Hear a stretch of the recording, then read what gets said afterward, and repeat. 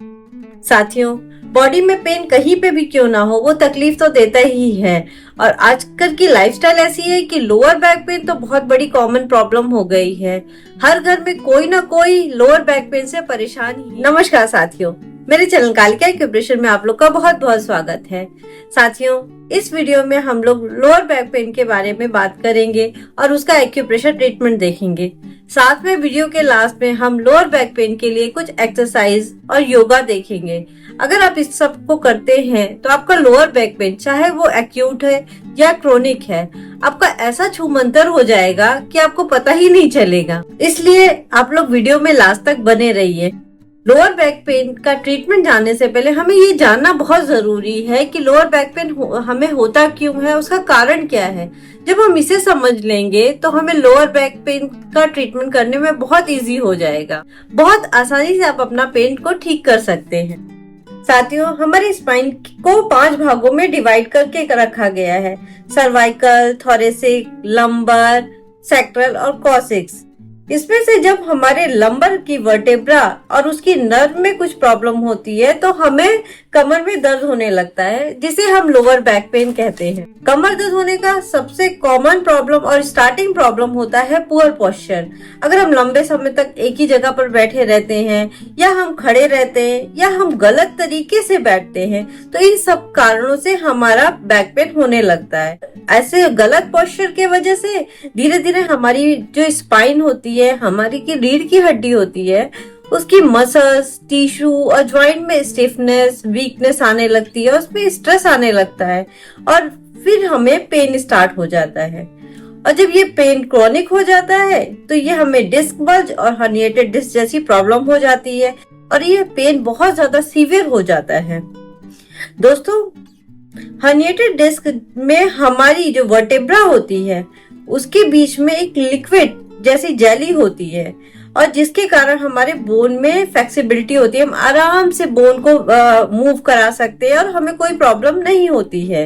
और इसी डिस्क के साइड से ही हमारी कुछ नर्व निकलती है। जब ये डिस्क नॉर्मल होती है तो किसी भी नर्व को नहीं दबाती है और हमें कुछ भी पेन जैसा फील नहीं होता है।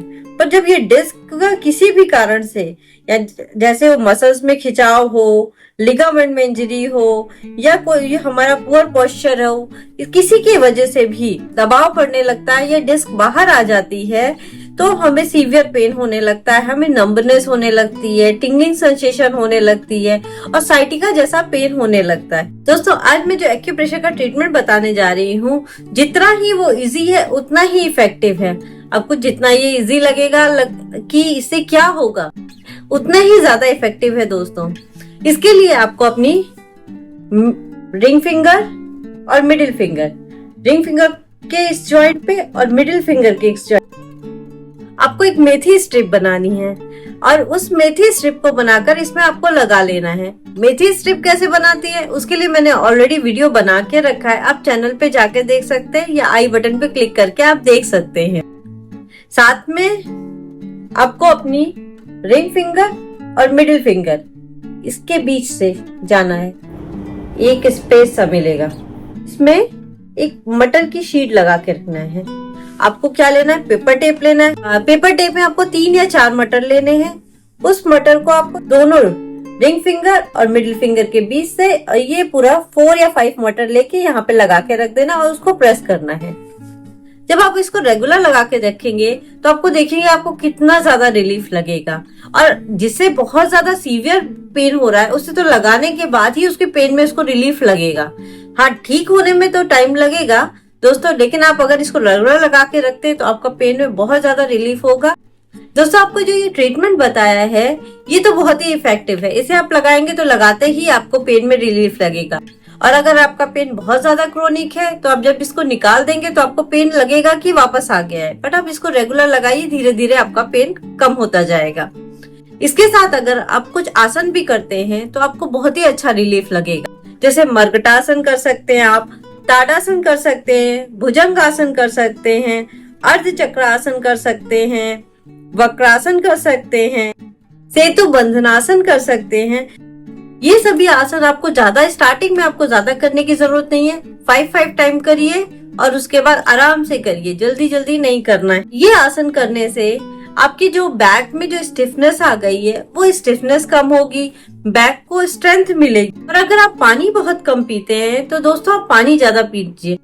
दोस्तों ये बहुत ज्यादा इफेक्टिव है। आप इस सारी ट्रीटमेंट को करिए, आप इन आसन को करिए, पानी का इंटेक बढ़ा के रखिए और उसके बाद उसे आप 15 डेज करके देखिए, आपको डिफरेंस दिखेगा।